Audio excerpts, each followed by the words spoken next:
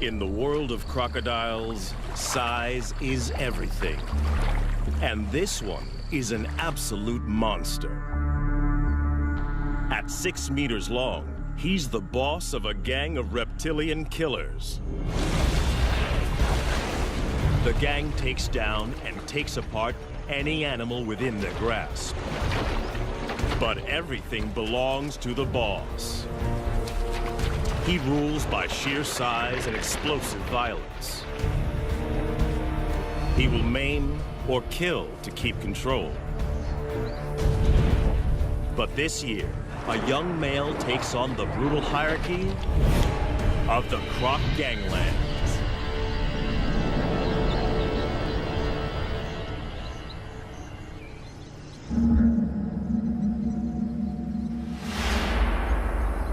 When a baby hippo dies of heat stroke on this beach, only one crocodile has the right to claim the bounty.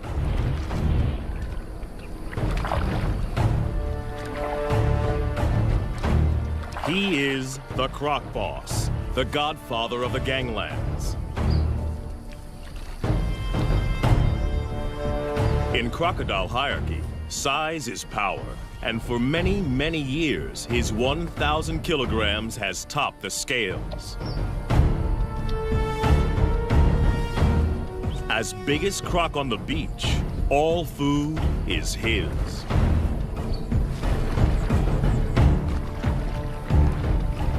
The other crocodiles don't have the power or rank to oppose him.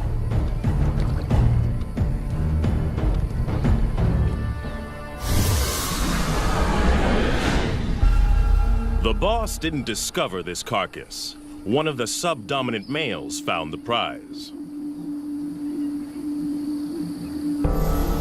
At 3 meters long, he is no small crocodile, but he lives on this beach and feeds at the discretion of Croc Boss.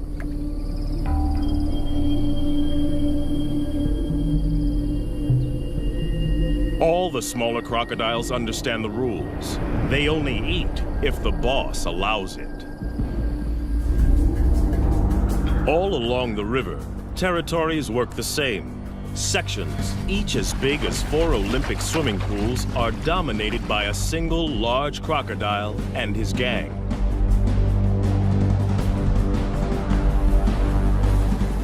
Croc Boss is the biggest of them all.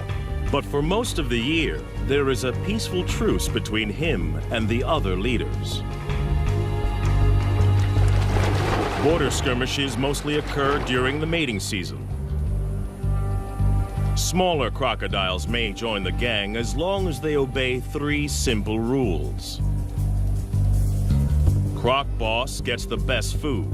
He is respected at all times, and only he mates with receptive females. Gang members break the rules at their peril. But there is always a younger rival, trying to get big enough to become a boss in his own right. These pretenders are shadow bosses, waiting for their moment. We call them phantoms. There have been other takeover bids. A smaller male tried to mate with one of the boss's females.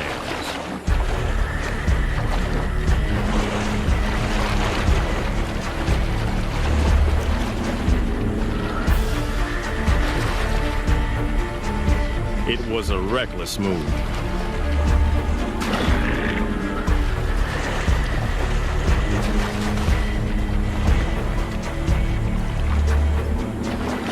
The challenger's bony armor was no match for the boss's brutal bites, as powerful as a trash compactor.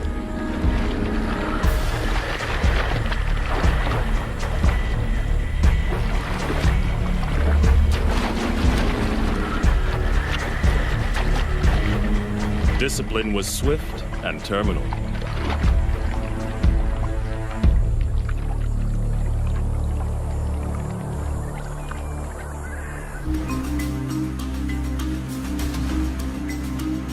This Croc Boss's territory in Africa is a stretch of the Luangwa River in Zambia, in the South Luangwa National Park. It's a crocodile killing field, especially during the severe dry season. Inland lakes and pools dry up. And the river is the only water for kilometers around. All animals in the area must make long treks here to drink. And in 40-degree heat, many don't make it. The river's a lifeline and a death zone.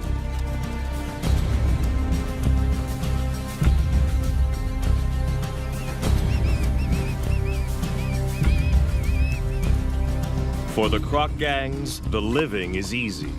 Even the smaller ones get to feed.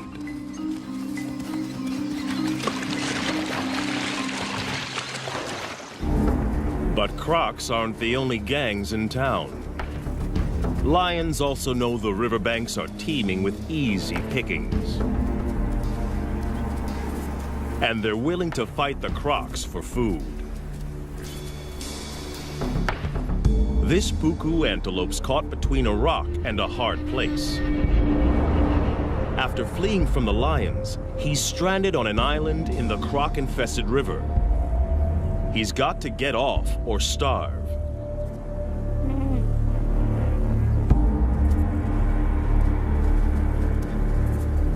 The lions won't swim after their prey. They'll wait for it to make a mistake.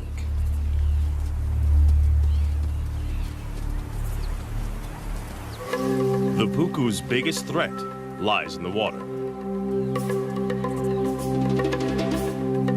The young phantom is perfectly placed for an attack.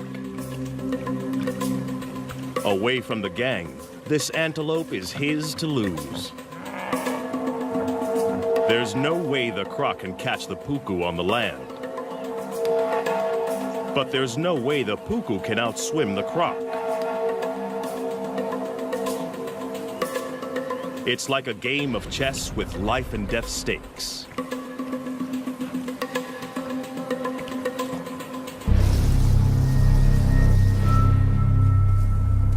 The puku has to use the land to put as much distance as he can between himself and the waiting croc, and figure out the shortest swim possible. The croc must anticipate the puku's escape route.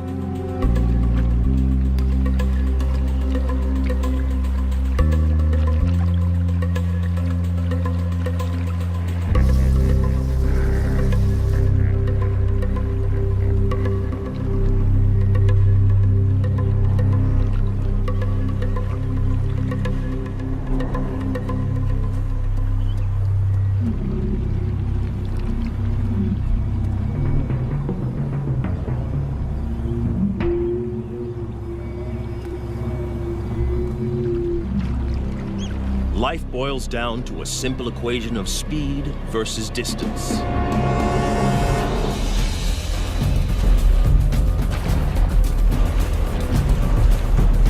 The croc submerges like a torpedo to reduce drag in the water.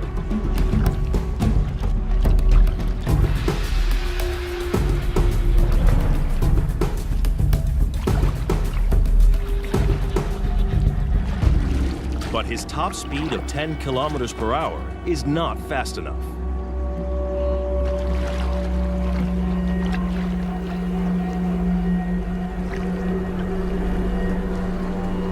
The puku's calculations pay off. He's foiled two top predators.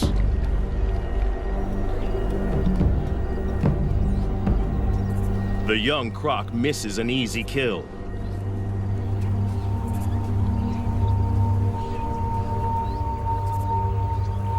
His solo hunting attempt is a failure.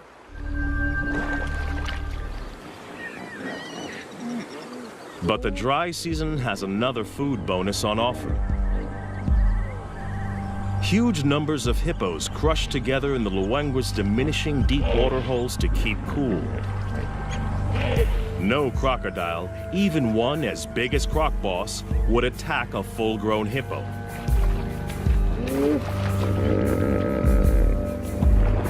They are way too big and dangerous to take on. A single hippo bite would destroy a big crocodile.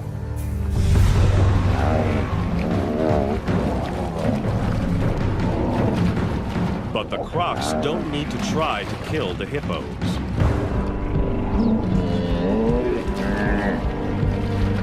In crowds like this, these aggressive 3-ton herbivores will often fight to the death.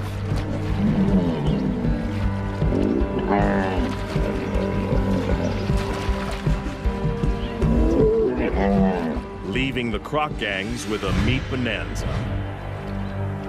A hippo carcass is one of the rare occasions when rival gang members join forces. Up to 200 crocs from different factions feed together. In fact, this cooperative frenzy serves a useful purpose. Crocs' jaws don't move from side to side. When the carcass is in water, they need others to pull against to help them rip off hunks of meat. It'll take them less than 2 days to completely demolish a 1-ton hippo. With the most acidic stomach of any vertebrate, crocodiles can digest every centimeter of a carcass. And as usual, the final chunk of meat goes to the croc boss.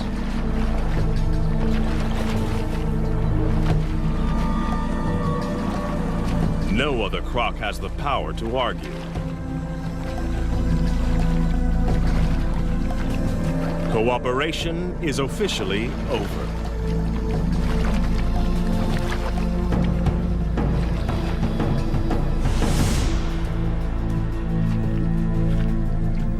Back on dry land, the lion pride is also living well off the deadly dry season. There's no need to hunt when the scavenging is so good. They rule the riverbanks just beyond the croc's reach. They own this feeding ground, and the crocs know it. Even Croc Boss won't come up here to try to take this carcass off the lions.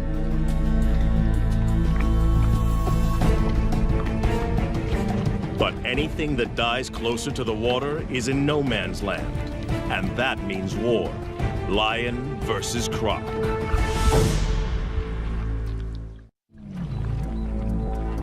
A dead elephant offers up a gigantic feast for the croc gang. They didn't kill it. The deadly dry season serves up another meat mountain. In this brutal time, even elephants are vulnerable. They need massive amounts of water, up to 200 liters a day. If they don't get enough to drink, heat stroke can quickly kill them.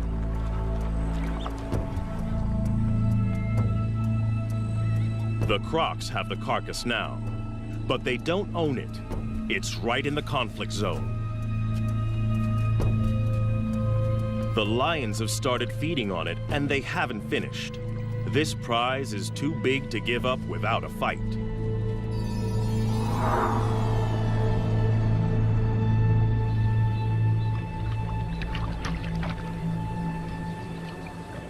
One young male wants more.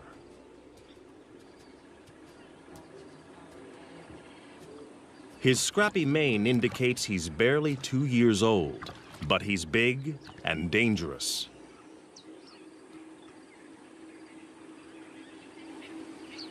Most of the crocs know to keep their distance. Even this immature lion can kill them. But the inexperienced smaller crocs are willing to take him on.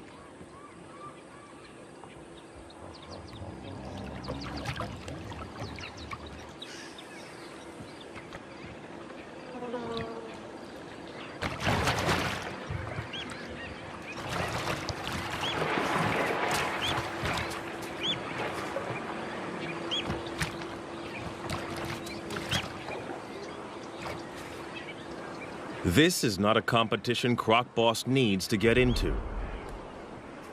The pickings are slim, and if the gang wins, the carcass is his for the taking anyway.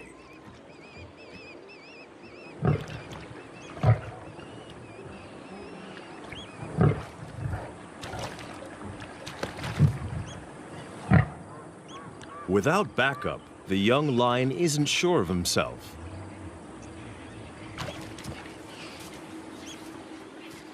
The crocodiles win today.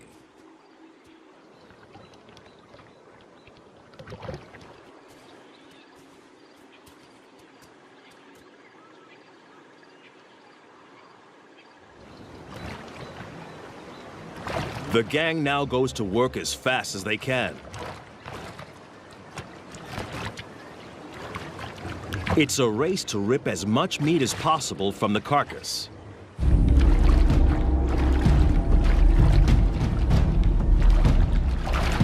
The young pretender wrestles a leg joint away from the smaller gang members. Aggression, theft, and brutality are the ultimate tools for survival. In crocodile hierarchy, bigger individuals are always looking to exploit the little guy.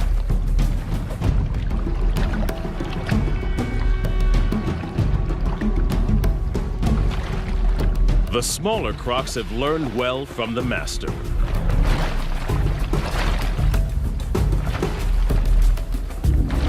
But there is only one master.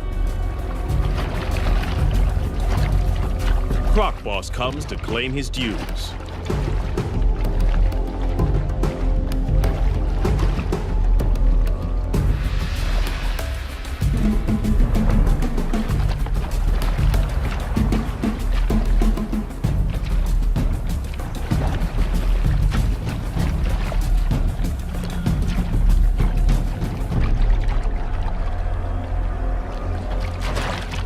For the smaller crocs, the feeding is over.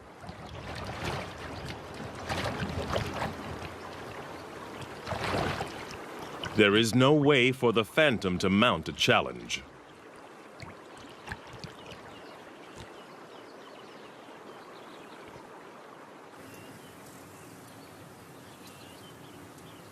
To have any hope of running the gang, he must bulk up. And he can't do that on leftovers from the boss. He's got to find his own food. And the numerous drinking pools next to the river provide the perfect hunting ground. Every morning and evening, the antelope journey here to quench their thirst. A perfect opportunity for an ambush.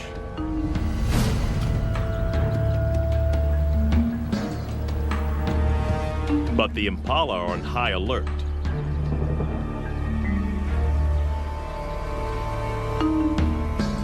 To have any hope of catching one, the young croc must find the perfect pool in which to disappear and wait.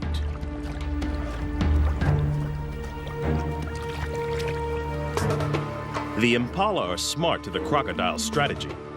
They try to drink together where there's safety in numbers.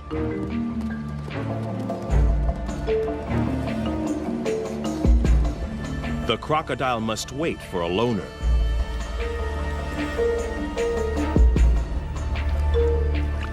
The trap is set.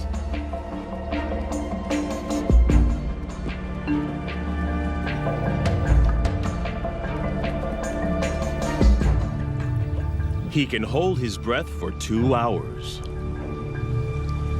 And this impala has no clue that below the surface lurks a ravenous crocodile poised to strike.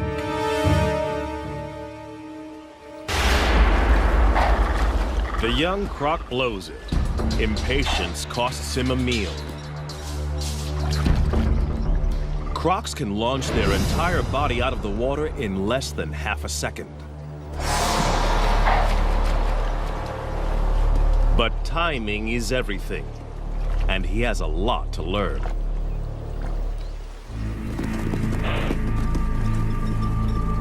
The prey is spooked. The hunt is over. It's a half chance for the lions.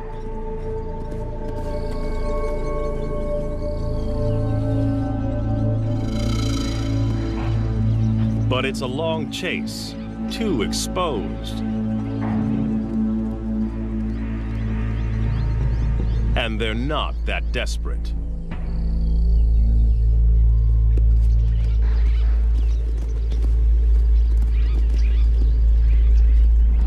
They don't have to try too hard. In the dry season, death is always just around the corner.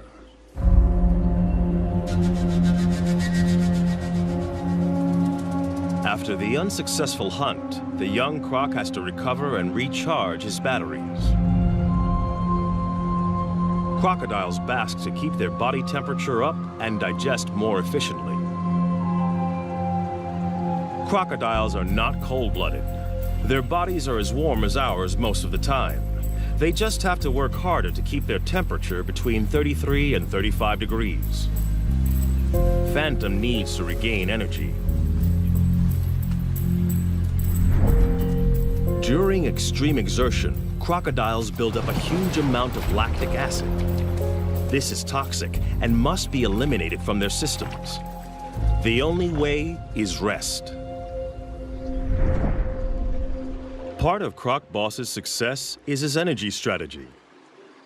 He lets the smaller gang members exert themselves. They work and he eats.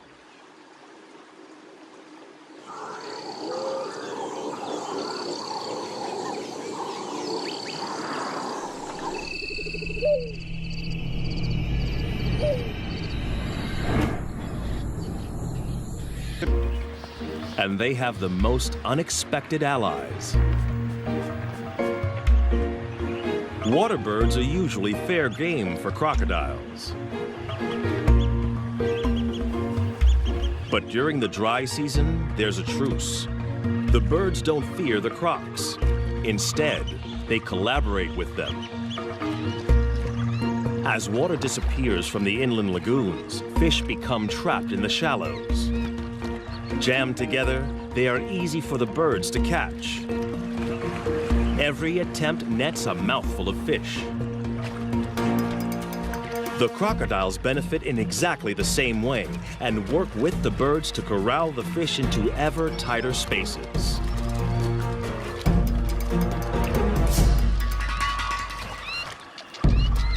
Each fish is a tiny meal, but for the small crocs, this technique is well worth the effort.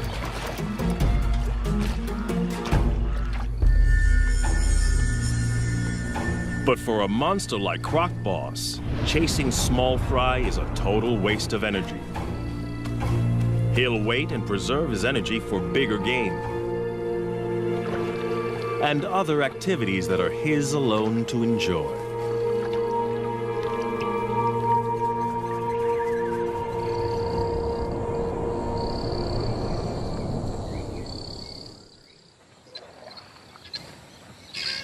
The dry season doesn't just bring a food bonanza. There's an even bigger prize, mating. The ritual begins at dawn. Lifting their heads, the females show submission and look for the most powerful croc to mate with.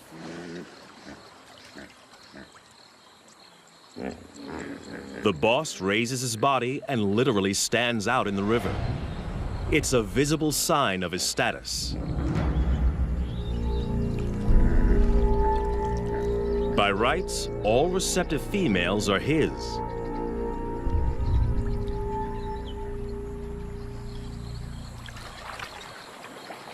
But the young pretender is also drawn in.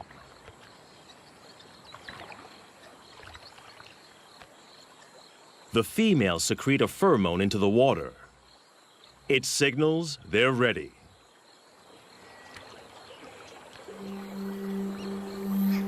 But even the boss must perform before he can mate.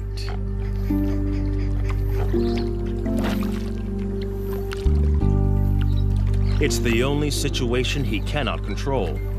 The final choice is made by the females. In mating season, females are permitted to wander through rival gang territories as they check out potential partners. The boss's head slaps and bubble blowing are the croc equivalent of beating your chest.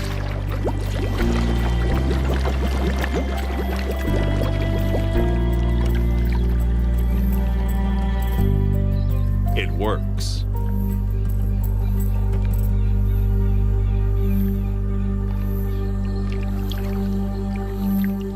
The smaller male can only watch. For a one-ton monster, the boss's mating ritual is surprisingly tender. He blows bubbles that delicately tickle the female's sensitive neck area.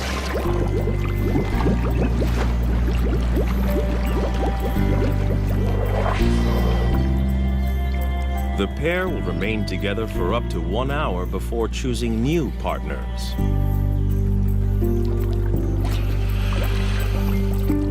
But one smaller female is not prepared to wait.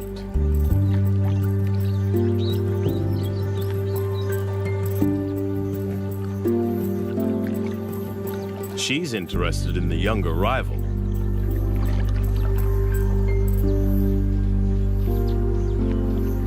The boss's dance is coming to the end.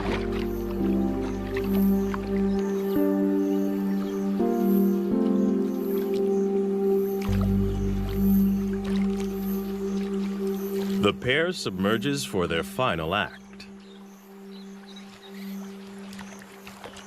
And while his leader is underwater, Phantom chances his luck.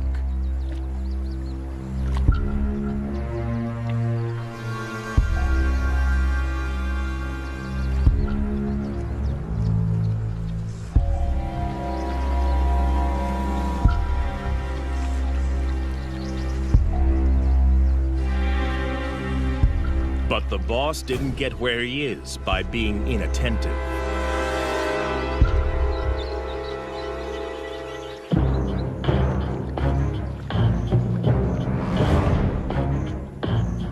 For a junior to mate with one of his females is the worst kind of disrespect. He must be punished. Others have been killed for less. The young croc is now swimming for his life.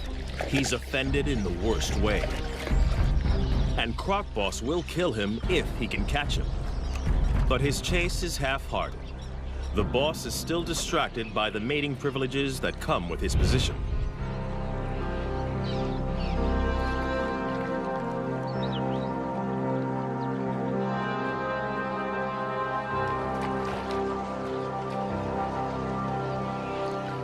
The young pretender gets off with a warning bite.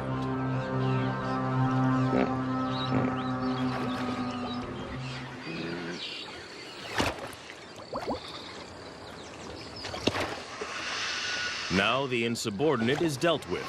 The boss can return to more gentle pursuits.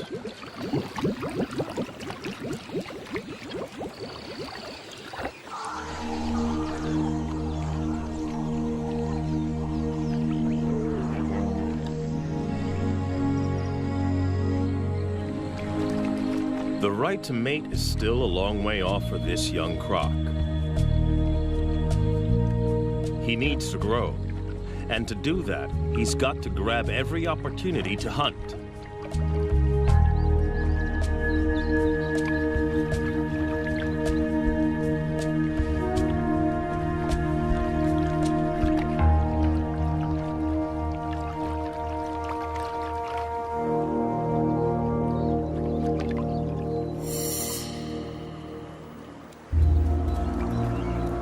Fortunately, the relentless dry season serves up an endless convoy of thirsty prey.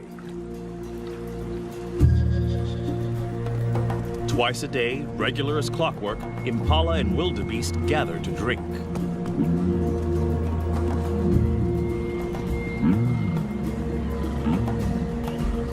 It's another chance to make a kill.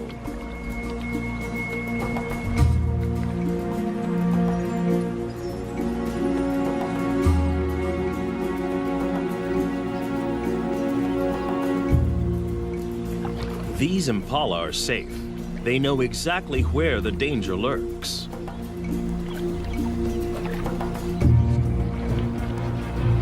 Some even follow the croc to keep an eye on him.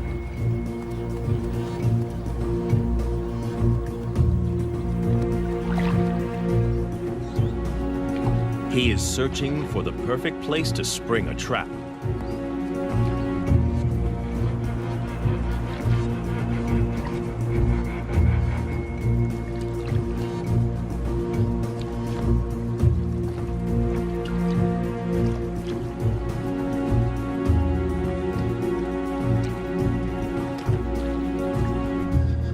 Even when he finds a likely pool, watching impalas raise the alarm. They snort to warn others to stay away from this drinking spot.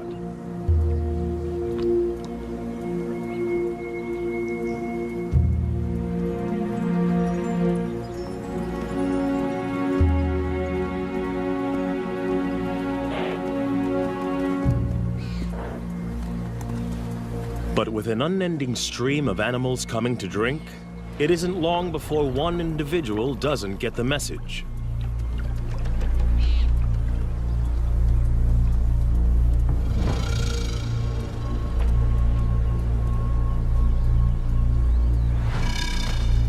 Even though this impala senses something, it's compelled to drink.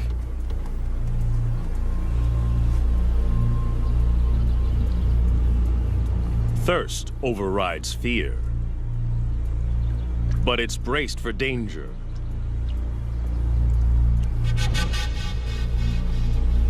Every muscle is hardwired for escape.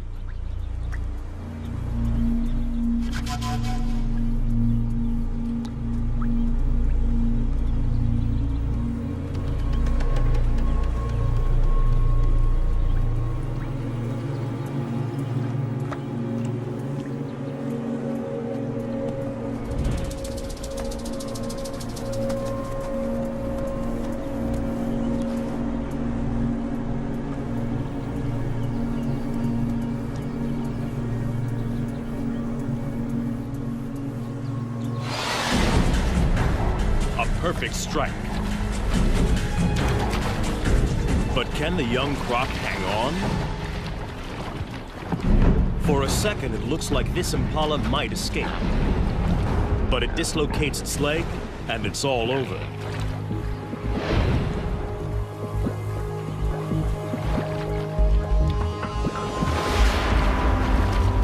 The timing of Phantom's ambush was a tiny bit off. He only manages to grab the impala's horn and is forced to bite again.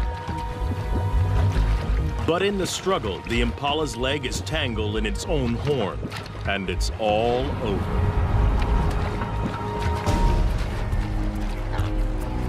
It won't be a quick death. He will have to drag his kill into the deeper river to drown it. Ambush hunting is what crocs do best. But timing is everything. Phantom's first attempt was too rushed, and he lost his meal.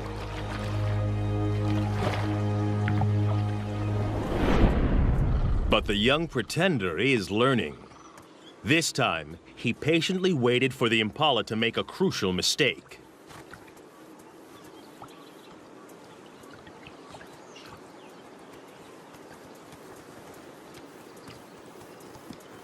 As the ram is joined by the female, he relaxes and drinks for a fraction of a second too long.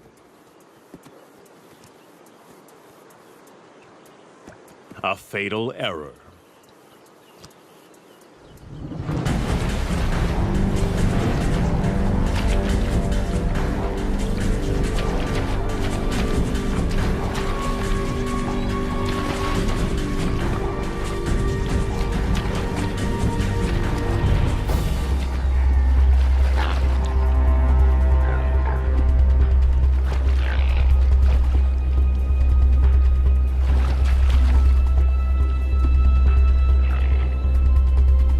But the croc has made a mistake too. His perfect ambush is in full view of the gang. Now he must fight to keep it.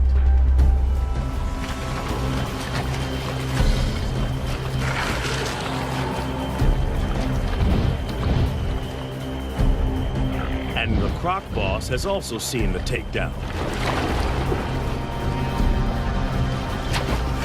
This meal is now his. The young croc has no right to oppose the boss. But he's not going to give it up willingly. He's hungry and stubbornly hangs on. But he hasn't the strength to compete.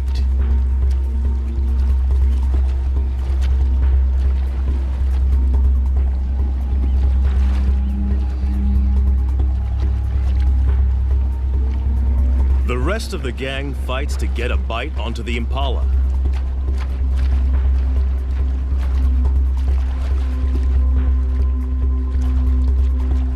They try to lock on before the boss begins his death roll.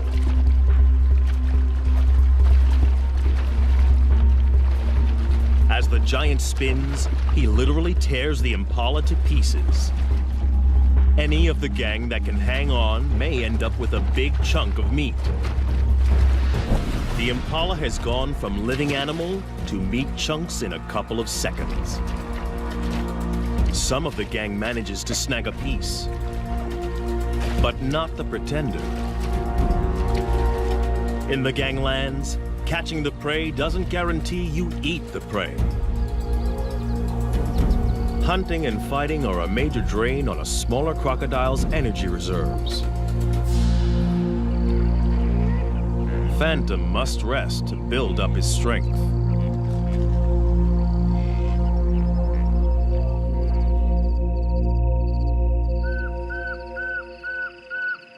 Other animals have no such energy restrictions. Away from the river, the African night hums with activity. For the prey species, the danger doesn't let up just because it's dark. Impala and puku rarely lie down to sleep for more than 10 minutes at a time. There are too many predators on the hunt, so they are forced to stay awake and alert.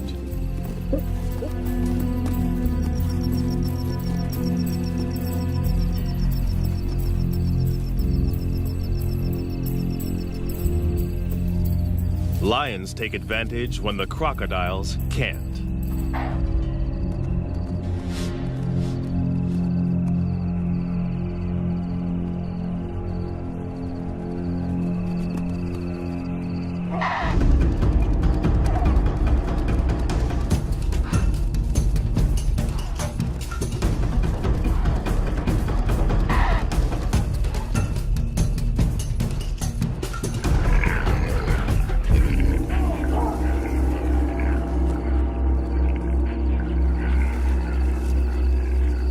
Tonight, a puku loses the battle.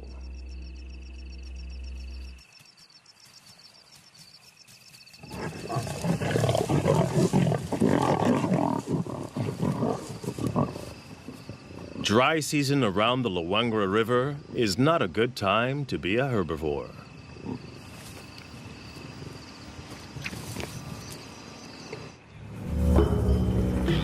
Another day, another death. Another free meal for the croc gangs. As the sun warms the crocs, it triggers a feeding frenzy on the hippo carcass. Crocs from multiple gangs wait in line to feed. Territorial differences set aside for the moment. Size determines the order, and the biggest eat first.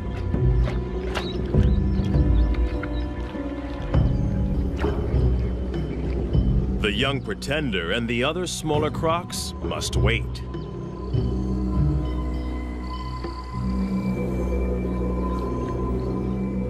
The boss has torn away a huge hunk of the dead hippo.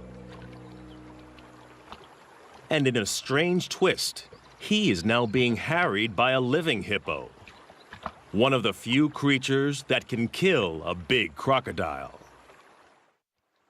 In a bizarre scene, the croc boss is being menaced by a huge hippo as it consumes his dead relative. At first glance, this looks like a challenge for food. But hippos are exclusive herbivores.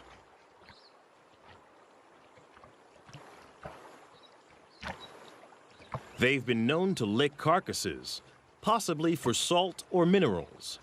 But something else seems to be going on here. Perhaps, like elephants, the hippo senses the death of one of its own.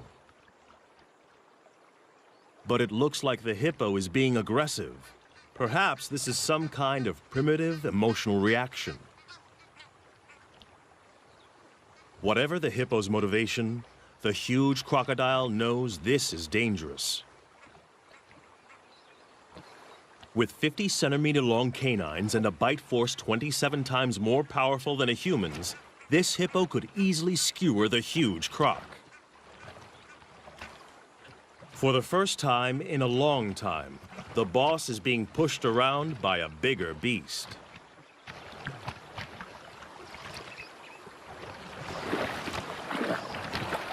It's time to retreat.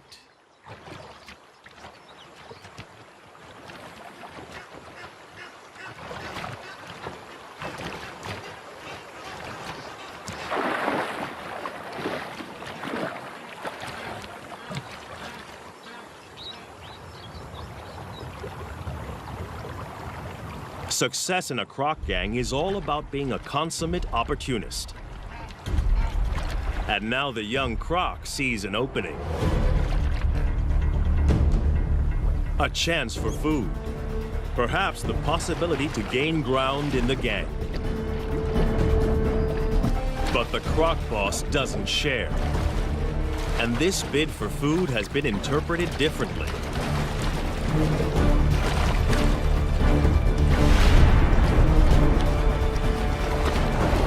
It's now a power struggle. And the boss's violent death roll is a deadly attack. Instant retreat is the only acceptable way out, and the younger croc doesn't take it. This can only end in one of two ways: death or injury to the smaller croc.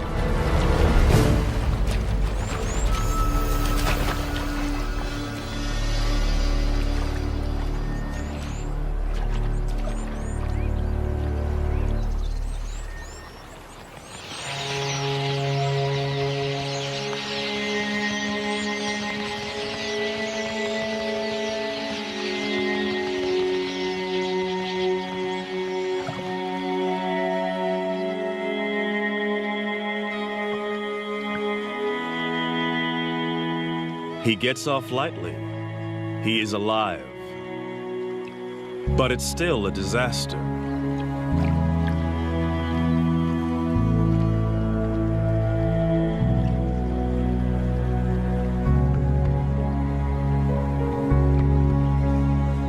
He pays for the transgression with his own flesh and blood.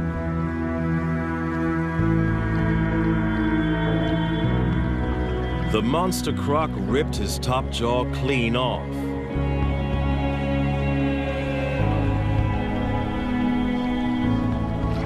Amazingly, the smaller croc will survive this hideous injury.